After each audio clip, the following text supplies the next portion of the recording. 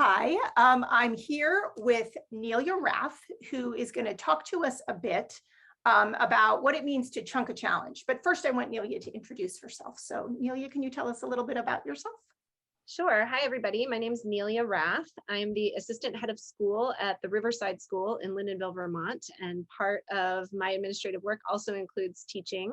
I teach the 8th graders their social studies class, which is world issues and current events. That's where a lot of my classroom connection to critical skills comes up. Been a critical skills teacher since I was graduating from Antioch about 15 years ago. And I've been instructing some institutes and directing the Teacher Center at Riverside, which is a professional development hub for learning opportunities, many of which involve graduate credit from Antioch up here in the Northeast Kingdom. That's awesome. Thank you very much. Yeah. So, chunking the challenge feels jargony to me. Like when I introduce it to people and they don't know what it is, their eyes sort of glaze over because they're like, I know what all those words mean individually, but the Yeah. way you're putting them together has no resonance for me. So maybe you can talk a little bit about what it means and how you do it. Yeah, I can start by saying that I feel the same way. I think chunk a challenge sounds like something really specific that you're supposed to do a certain way, and it's really not. And in preparing for this conversation, I went to chat with some of my colleagues about what the phrase meant to them. And I was preparing for either they'll know what this quirky phrase means and they'll know exactly what I'm talking about, but also it's really easy to flip it and just say, it means helping students make sense of the directions for the task. To me, what critical skills is all about is um, presenting students with experiences and problems to solve and incorporating a variety of different skills and knowledge that you're trying to reach, not only the academic, but also the soft skills and skills and dispositions that we want kids to be working on alone or in groups. So chunking a challenge is an opportunity to use an experience and a problem to teach, do they understand informational text? Which is something that Oh, we're asking them to do all the time. informational text. Wait, that feels like a standard I've seen somewhere, maybe once It or is. twice. Yeah. It is. And Yes. it's one of those standards that's transferable because they're doing it in, from as soon as they can read information to learn from reading rather than learning to read, all the way up through high school and college, we're reading informational text. So because we're doing it all the time with students and it's a life skill we need them to do, it's a perfect thing to pause and be intentional about when you're teaching in a critical skills classroom. Okay, so how do you do it? Like, where does it start? I'm assuming there's a moment where you like give kids a written out challenge or a problem to solve or a thing to do. You like either throw it up on the projector or on the smartboard or you slide it across a table to them. Yep. And then what do you do? So I think it starts with the design phase for you as a teacher. You want to design what you're handing them to be a great tool for asking them to read informational text. So of course, paying attention to developmental reading level, whether it's 1 paragraph or 3 paragraphs, whether it includes a bulleted list or a numbered list, or it has some blank spaces in it where you want them to respond within. It really starts with how you're designing that. And you'll see some examples in another conversation we're going to have with some challenge examples of mine that I'll show up some different formats for that. I tend to hand a piece of paper to each of them because one of the things I want my 8th graders to do is really practice reading actively. And to me, that means reading with a writing utensil in your hand. And so I will often ask them to practice that by having a writing utensil or a highlighter. Sometimes I will ask them as they're reading to underline what they think is important and circle what they have questions about, to use smiley faces or check marks. I wouldn't do all of these in one instruction for one challenge, but I will usually put 2 or 3 instructions for things I want them to do with their writing utensil while they're reading. So like if you were practicing a specific markup method, for example, like I know that some teachers are very committed, like school-wide, all the way through. We highlight in yellow words we don't know. We circle things that we have to make, and Yep. we draw boxes around specific instructions. I mean, these are Sure. And another favorite of mine is notes in the margin if you're having ideas as you're reading, or just big question marks around things you don't understand. Absolutely. All those kinds of things. I wouldn't present them all at once, but using whatever makes sense for my classroom, my school that day. Definitely an opportunity to reinforce that. So they have time to read individually. Yep. And then how do you facilitate the conversation that comes after the individual reading? Assuming that you've got, 12, 15, 27 kids in a class, how do you facilitate that so that kids who maybe are a little bit less comfortable sharing their questions still share their questions or get their questions answered, and kids who love to hear themselves talk don't take over the whole conversation?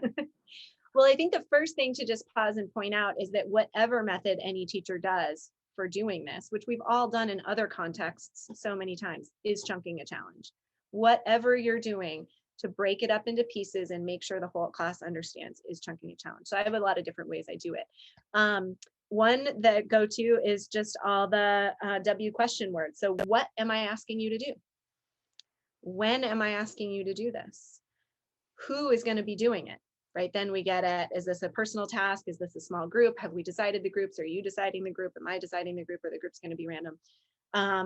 Where is this going to happen? How is this going to happen? Gets at what are the other skills I'm going to be looking for you to work on?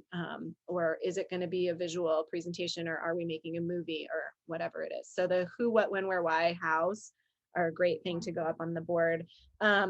I would mostly, in terms of making sure it's a balanced conversation between the students, I might pull popsicle sticks or just make sure I get a diversity of raised hands, or for a certain question, go to a certain student, because of course I've been walking the room while they're reading and I've got a little eye on what they did or didn't find, how many are having lots of questions.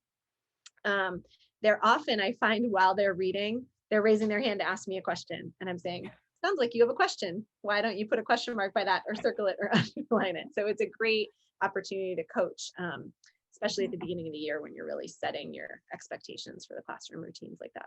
Yeah, it feels like it's also a great way to get kids to shift ownership from the teacher to themselves. Mm-hmm. Because if they raise your hand and you point, every time you point them back to the challenge, or you have them hold that, they get more of a sense of how things operate in this classroom. Like the teacher isn't the font of all knowledge. We're going to figure this out together. Absolutely. And that's so important in making this kind of instruction work. I was also, again, in talking to other teachers to get ready for this conversation, found out some of their things. Sometimes they'll make a timeline. That will be the way they chunk out the challenge. What is it that we can tell that we're doing today? What are we doing tomorrow? What are the things that are going to happen much later?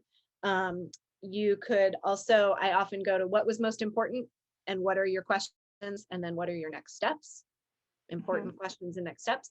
And we also, in critical skills, have another jargony thing we call the IP3, which would be a place you could go next, which is talking about, well, how are we going to make use of the ideas that we're going to have to work on this?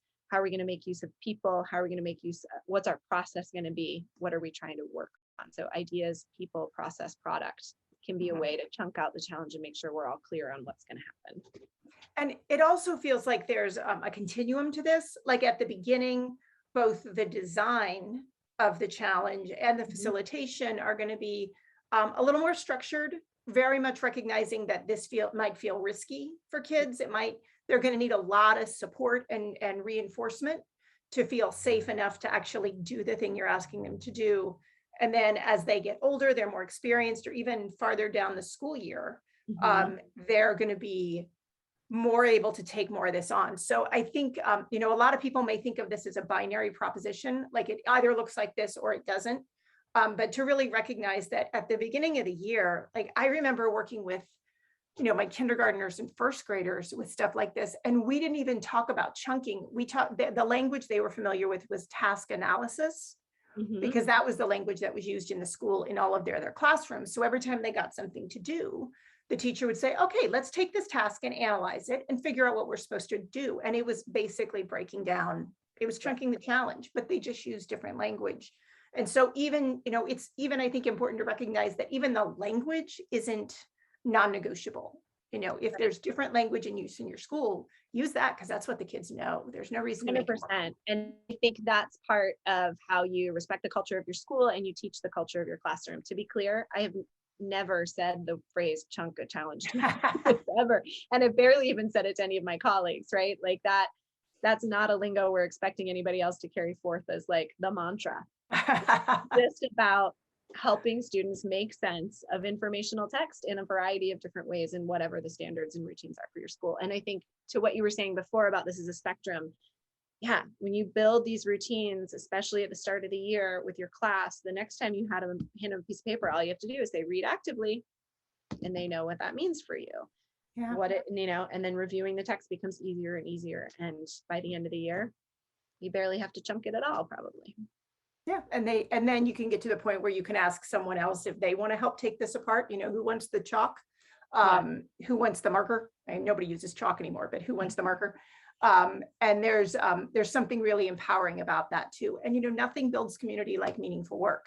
So the more time they're engaged in authentic, meaningful work together, including the work of taking apart the thing they're supposed to be doing, the richer the community is that you build.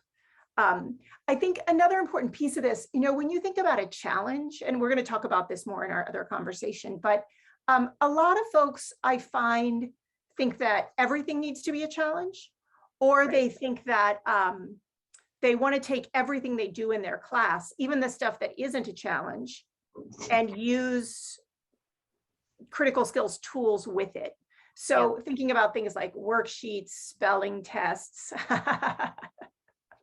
worksheets, spelling tests, some of the low-level tasks, the stuff that just has to get done. I think it's important to recognize that sometimes you don't chunk it. Sometimes there's nothing to chunk. Absolutely. It has to be sort of a rich, authentic, meaningful thing. Otherwise, it's like, well, how do you chunk a spelling test? Right. Absolutely. Yeah. And reading your group and what they need and how much help they need chunking something out or not, shows that you're in tune with the students and the culture of the classroom and what they need from you, and just makes your work more authentic to them. You're not doing it just to go through the motions. You're doing it because it's where we're at and what we need right now. Yeah.